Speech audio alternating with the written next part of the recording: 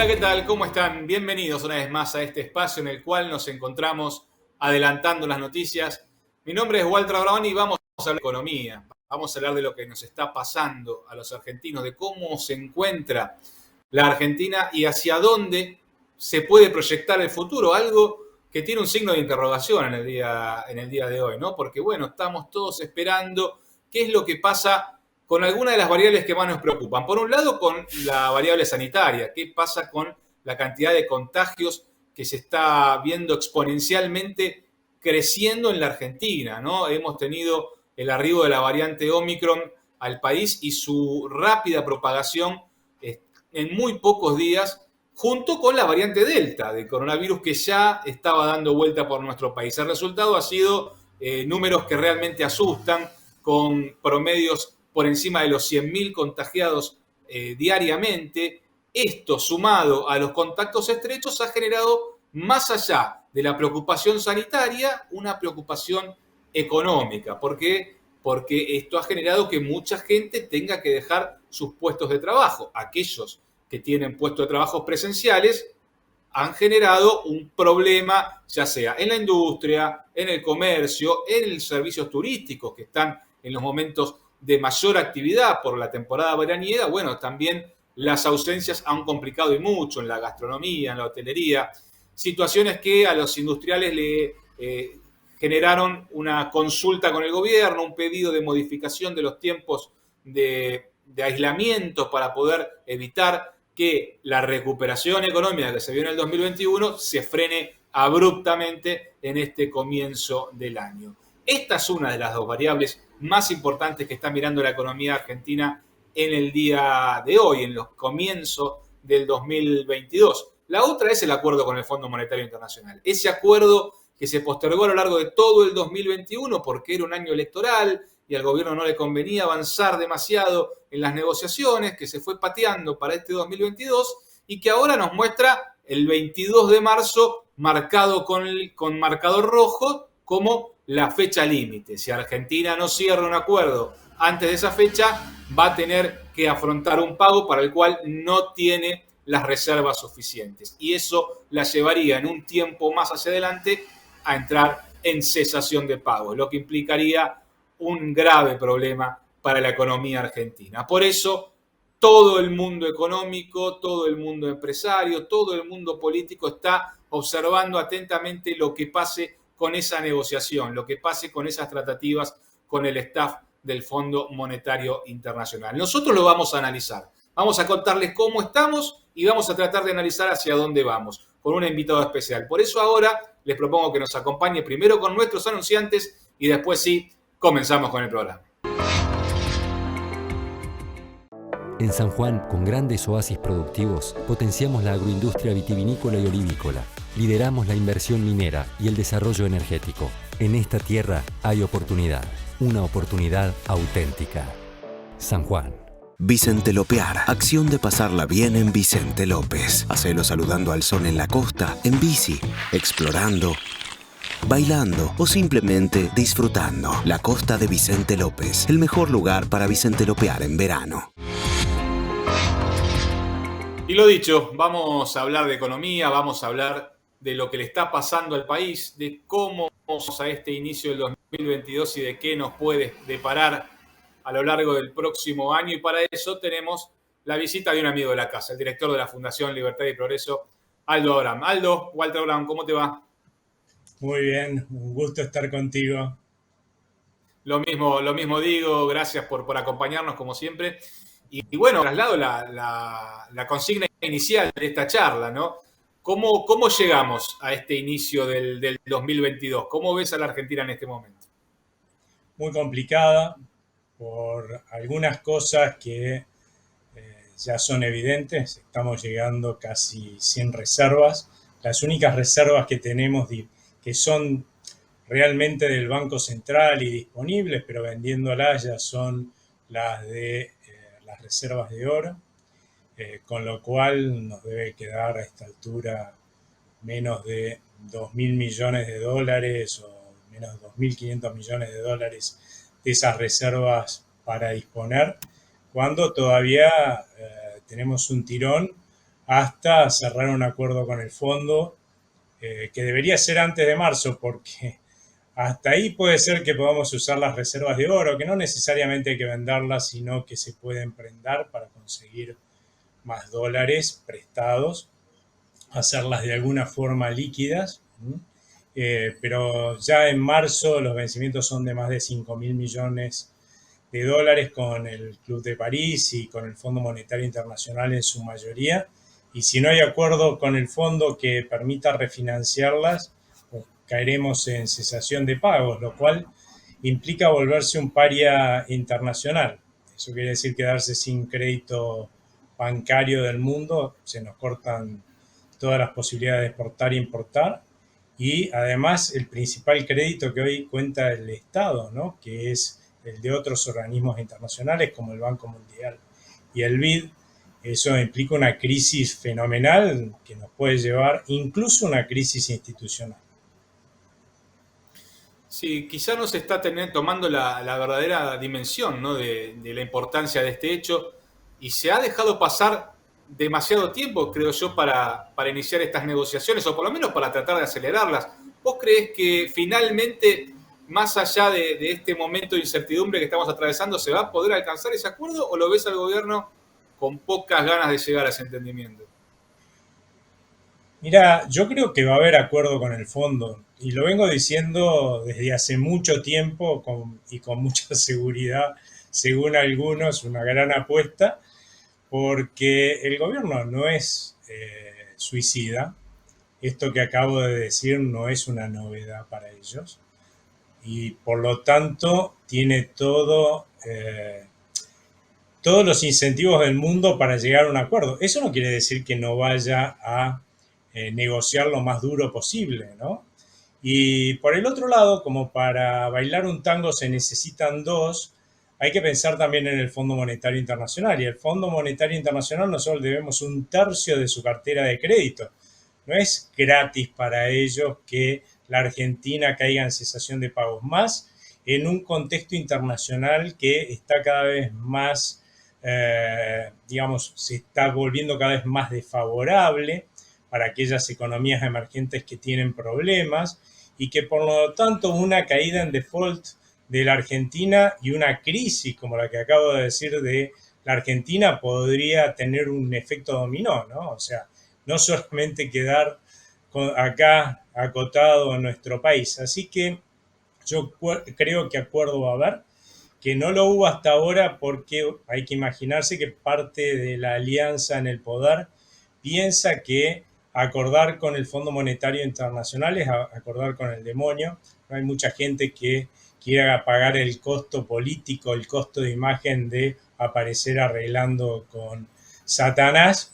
Entonces, lo que ha sucedido es, primero, se ha hecho la negociación bajo cuerda, se postergó en los papeles a después de las elecciones, lo cual tuvo un costo en pérdidas de reservas fenomenal, ¿no? En algo así como 3.800, 3.900 millones de dólares que se pudieron haber financiado, y esas reservas haberlas usado para algo más útil para el país.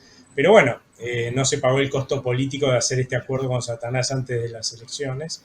Y ahora fíjate que yo creo que lo que está primando es hacer un relato, ¿no? Se hace toda esta presentación a los gobernadores para mostrar cómo estamos negociando, ¿sí?, con el demonio, ¿no?, y las diferencias que tenemos, y luego seguramente lo que vamos a mostrar es cómo el gobierno logró ponerlo de rodillas o por lo menos doblegarlo en cierta medida para llegar a un acuerdo que esté más cerca de lo que está planteando el gobierno, y yo creo que ese va a ser el final del relato, ¿no?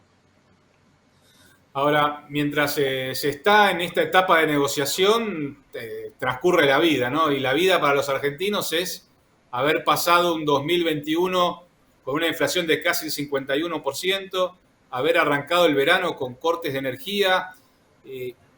¿Ves al gobierno trabado en la posibilidad de alcanzar ese acuerdo de acá hasta marzo, inactivo a partir de ello? ¿O todo esto, estos datos que te estoy mencionando, son consecuencias de las fallas o de lo que no se pudo hacer hasta ahora?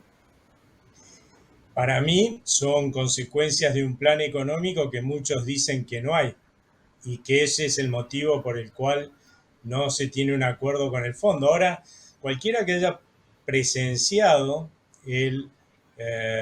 esta presentación que hizo el ministro Guzmán con el presidente a los gobernadores habrá visto en una de las diapositivas un cuadro que a su vez estaba dividido o un rectángulo que está dividido en 4 cuadros, donde estaba la política fiscal, la política monetaria, inflación, tipo de cambio. Y si uno lee lo que está ahí, eso es un plan económico. No será el plan económico que a mí y a muchos de mis colegas nos gustaría, pero es un plan económico. Y es un plan económico que es el que se viene llevando hasta ahora con las consecuencias que vos mencionaste, ¿no? Más allá de algunas medidas que se tomaron antes de las elecciones, cuyos costos vamos a pagar en este primer semestre, los argentinos en términos de empobrecimiento, pero en líneas generales son las medidas que se vienen tomando y son el plan económico de este gobierno, que como digo, no tiene que coincidir con lo que nosotros pensamos, sino con lo que ellos piensan y está bien, ¿no? Se supone que a ellos los votaron y no a mí. Y yo creo que el Fondo Monetario Internacional, y si uno lee, por ejemplo, la auditoría que se hizo en el fondo de lo que fue el crédito que se le otorgó al gobierno de Macri, tiene últimamente un sesgo bastante heterodoxo, al cual si le sumamos lo que decía hace un rato, que le debemos un tercio de la cartera de créditos que ellos tienen, para mí lo que va a haber es un acuerdo con condiciones mínimas que va a aceptar eso que ellos creen que es un plan en el gobierno y ahí continuaremos. El problema es justamente que sin reformas estructurales lo que va a pasar es que tendremos la posibilidad de evitar una crisis en el corto plazo, eso seguro, con un acuerdo, y la estaremos postergando porque sin soluciones de fondo la Argentina va a vivir una crisis antes de que este gobierno termine un mandato y una crisis muy fuerte. ¿Y cuáles son esas reformas estructurales que considerás que el gobierno debería avanzar para poder de una vez por todas dejar atrás esta situación económica que estamos atravesando? Mira, si vos lees estos 4 cuadritos que presentó el ministro Guzmán, vas a ver que ellos creen que lo que hace crecer la economía es el Estado, ¿no? Y a partir de allí, justamente no podés hacer un ajuste del sector público en su exceso de gasto porque eso es recesivo.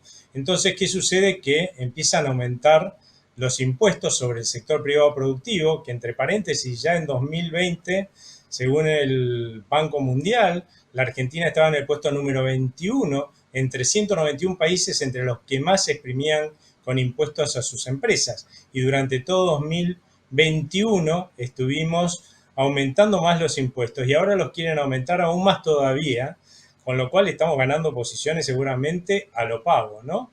Bueno, no solamente conformes con esto, como no les alcanza la plata para pagar todo el exceso de gasto que tienen, resulta que tenemos que se absorben más o menos 6-7 pesos de cada 10 pesos de crédito que tenemos los argentinos. O sea, en definitiva, lo que estamos haciendo es, por no ajustar al Estado, estamos ajustando, achicando al sector privado productivo, que está agobiado ya, en una palabra, y eso se supone que no es recesivo. Eso es recesivo, eso es lo que nos está llevando a crisis permanentes, el exceso de regulaciones de un Estado con funcionarios que piensan que pueden decirle a quien trabaja y a quien maneja su negocio cómo hacerlo mejor. Y entonces tenés más de 67.000 regulaciones a cumplir, un imposible en la Argentina. Y nos llama la atención de que este país sea un país en vías de subdesarrollo, ni siquiera un país en vías de desarrollo y emergente. Cada vez nos alejamos más del mundo. Y bueno, eso es lo que hay que resolver. Si no resolvemos esas dos cosas, a este gobierno le va a pasar lo mismo que los gobiernos anteriores, ¿no? Terminaron todos en crisis o yéndose del poder porque justamente empezaba a primar la imagen de que no podían resolver los problemas de la Argentina. Ahora, hablas de presión fiscal y no puedo dejar de marcar esta circunstancia en la que se encuentra la negociación trabada, ¿no? Que es la de la reducción del déficit fiscal, precisamente, ¿no? Se señala que desde el fondo están reclamando que Argentina reduzca al menos un 0,7% del déficit fiscal por año, y estamos pensando en un 2022 en el cual, por lo menos a priori, no debería haber el impuesto a la riqueza que hubo en el 2021, y la sequía podría complicar un poco los ingresos provenientes del campo, ¿no? La situación es bastante compleja en ese aspecto, ¿no? Totalmente compleja, pero como te decía, lo que va a primar, creo yo, es fijar condiciones mínimas, por ahí no sea el 0,7 puntos porcentuales de reducción de déficit, por ahí va a ser 0,5 y iremos a un 3 o algo por el estilo. Obviamente va a ser difícil la situación para el gobierno, pero lo que se va a hacer para presentarle al Fondo Monetario Internacional es un Excel en el cual van a poner cómo va a crecer la Argentina sostenidamente hacia adelante. Eso obviamente haría crecer la recaudación y por lo tanto no habría que reducir por lo menos tanto el gasto público. También van a hacer un Excel en el cual van a mostrar cómo crecen las exportaciones, y por lo tanto cuánto van a comprar de reservas y cómo van a poder ir flexibilizando el cepo. Y como dadas estas dos cosas, lo que va a suceder es que cada vez vamos a necesitar emitir menos para financiar al gobierno, cómo vamos a reducir la emisión monetaria. La realidad de la milanesa, ¿cuál va a ser? Que sin reformas estructurales no hay país que crezca sostenidamente, con lo cual las pautas de crecimiento o estimaciones de crecimiento no se van a cumplir. Tampoco hay forma de que aumenten las exportaciones más allá de la sequía con cepo. Fíjate vos que en 2021 tuvimos, creo, el nivel de exportaciones en términos de valor más alto desde 2011, ¿no? Y sin embargo, en términos de cantidad estamos recontralejos del 2019. O sea, evidentemente todo ha sido ganancia en precio. Y ahora que los precios van a bajar también, ¿qué vamos a hacer? ¿Sí? Los cepos históricamente han destruido exportaciones, no solo acá, sino en el mundo también. Basta ver, por ejemplo, a Venezuela, ¿no? Y basta ver recientemente lo que pasó en el cepo que puso Cristina Fernández de Kirchner. O sea, tampoco se va a cumplir. ¿Qué estamos diciendo entonces? Ni hablar de las metas monetarias, porque alguien va a tener que financiar los excesos de gasto que no se financian con más impuestos y más retenciones sobre las exportaciones, ¿no? Entonces, conclusión, las metas con el fondo no se van a cumplir. Será otro acuerdo más que no incumpliremos, van 22 que no hemos cumplido. ¿Para qué vamos a romper una bonita tradición? Yo creo que más allá de un veranito que tendremos después del acuerdo con el fondo, en algún momento, por mediados de año en adelante, los inversores, la gente que maneja los ahorros y las inversiones acá en la Argentina, ¿no? Argentinos y extranjeros se van a dar cuenta y nuevamente vamos a ver que la Argentina cae en una recesión y marcha una crisis. Qué complicado, ¿no? Qué complicado. Y pensaba en las restricciones que señalabas, y una de las pocas cosas que se conocieron en los últimos días que el gobierno le comentó al fondo, al staff del Fondo Monetario, es precisamente que volvió a generar una nueva ronda de precios cuidados, ¿no? El plan que mantiene los precios de 1.320 productos, como si esa fuera la solución para el problema inflacionario que tiene el país. Y me pregunto y te pregunto a vos, Aldo, ¿por qué se insisten con las mismas recetas si el resultado a la vista que lo da el propio INDEC muestra que no ha sido favorable, ¿no? Porque reconocer la realidad implicaría que el gobierno asume su responsabilidad y el Banco Central también, y deberían bajar el gasto público, el exceso de gasto público, para justamente poder emitir menos y que te cobren menos impuesto inflacionario, ¿no? Es mucho más fácil echarle la culpa a los empresarios de todo esto. De hecho, hasta lo están haciendo en Estados Unidos.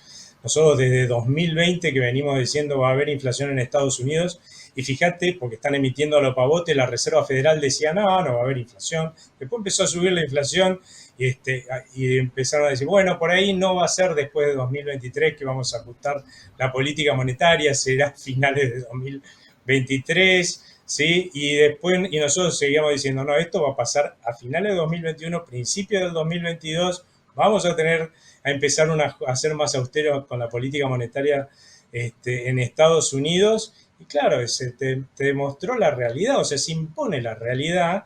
Lo otro era un deseo, porque obviamente todo el mundo quiere que se siga emitiendo a lo pavo porque los mercados suben y la gente gana plata, los países crecen un montón artificialmente y después se paga ese costo en términos de recesión. O sea, cuando todo es bueno para todos, pareciera, ¿no? En el corto plazo nadie quiere que la fiesta se termine. Lo mismo pasa acá en la Argentina. Hay que decirle al gobierno en todo caso, ¿por qué no llama por teléfono al presidente de Uruguay o al presidente de Paraguay o al de Chile? Le pregunta cómo hacen para que sus precios cuidados y controles de precios y congelamientos sean tan efectivos, que tienen tan baja inflación, ¿no? Se van a reír un rato del otro lado de la línea y después le van a contestar, mire, acá no tenemos ese tipo de cosas, lo que tenemos es un banco central que prioriza respetar a los ciudadanos y para eso le da una moneda confiable y estable. Y cuando se dé vuelta para este lado, nuestro presidente lo que va a ver es un banco central que históricamente en casi todos los gobiernos lo que priorizó fue financiar al gobierno de turno sus excesos de gastos, y ahí quizás se entienda, ¿no?, dónde está el problema, ¿no? De ahí a que lo solucione es otro tema, porque obviamente implica asumir todos los costos que te acabo de decir, ¿no? Sí, sí, sí, tal cual. ¿Ves a la oposición con ánimo de poder construir una solución a este momento o más con ganas de, bueno, de que el gobierno se haga cargo de lo que no está haciendo y veremos cuando nos vuelva a tocar el turno a nosotros? Yo creo que a la oposición no le queda más remedio que tratar de irse armando nada más más allá de la vocación de diálogo que siempre hay que tener, ¿no? Para poder agarrar una papa que va a estar muy caliente, porque si estoy hablando de una crisis en 2023, va a ser una papa muy caliente la que va a recibir, sea la oposición que sea, estamos hablando, pero lo que sí estoy seguro es que va a ser una oposición que, a diferencia de la creencia de este gobierno en términos de que lo que hace crecer a la economía es el Estado, va a tener más claro que el que hace crecer a la economía es el sector privado productivo. Y ahí está la gran diferencia. Y ahí está el motivo por el cual yo creo que hoy va a tener muchas dificultades en lograr algún tipo de consenso con un gobierno que piensa absolutamente lo contrario, ¿no? O sea, proponerle medidas desde que son absolutamente inaceptables e incompatibles con lo que piensa el actual gobierno, es muy poco probable que funcione, ¿no? Y salir a avalar desde la oposición medidas que ya sabemos a dónde nos llevan, porque nos ha llevado siempre al mismo lugar, que es a una crisis, tampoco creo que sea lo más razonable para una oposición que tiene que preservarse para tener credibilidad el día que le toque asumir con esa papa caliente de la que hablábamos hace un rato, ¿no? Por último, te pregunto, ¿cómo ves el resto del año, Aldo? ¿Qué podemos esperar con acuerdo o sin acuerdo de los argentinos? Mirá, supongamos el acuerdo, porque tratar de prever la crisis que puede venir de no tener un acuerdo con el fondo es imposible. Lo que sí creo es que vamos a tener quizás 6, 9 meses que vamos a observar una decreciente recuperación. Ya hacia finales de año creo que ya vamos a estar en una situación recesiva por estos factores que van a ir alimentando la incertidumbre, entre otros, no solamente el hecho de que se va a ver que este gobierno no quiere resolver los problemas de fondo, con lo cual no hay posibilidades de crecimiento en el tiempo, y eso hace a la crisis de credibilidad que todavía existe y que estalló en 2018 en la Argentina, ¿no? Sino además porque van a estar cayéndose las reservas vamos a empezar a ver que las netas pasan a cero, lo cual no es una señal buena para nadie. Y por el otro lado, un primer semestre con una inflación muy alta, no solamente porque para llenarle de plata el bolsillo a la gente para las elecciones, el ritmo de emisión se aceleró durante el segundo semestre y sigue estando muy alto, sino además porque se han postergado mucho del impacto de esa emisión de segundo semestre que debió haberse visto antes de las elecciones con medidas como el retraso cambiario o el congelamiento de las tarifas de servicios públicos, incluso el congelamiento de los precios. Todo eso no es que hace que no haya inflación, simplemente lo que hace es que la depreciación del peso se refleje más tarde. Bueno, la vamos a ver reflejada en este primer semestre, con lo cual va a haber una aceleración inflacionaria. Yo creo que la inflación no solamente va a estar más alta que en 2021, sino que va a estar más cerca del 60% que otra cosa, ¿no? Difícil. Esperemos que eso finalmente no termine de pasar y que las cosas mejoren un poco, pero bueno, las proyecciones que bien marcás, Aldo, son las que están circulando en todo el ambiente, ¿no? Es lo que se está viendo en la economía. Así que gracias por ayudarnos a entender un poquito el estado, ¿eh? No, para mí es un gusto. Y eso que vos dijiste hace un rato, ese deseo no va a depender de nosotros, ese es el problema. Va a depender de lo que haga el gobierno. Tal cual. Muchas gracias. Gracias, Aldo, por acompañarnos. Y gracias a ustedes también, por estar ahí. Nos vamos a reencontrar dentro de 7 días, como hacemos cada semana, aquí, adelantando las noticias. En San Juan, con grandes oasis productivos, potenciamos la agroindustria vitivinícola y olivícola. Lideramos la inversión minera y el desarrollo energético. En esta tierra hay oportunidad, una oportunidad auténtica. San Juan.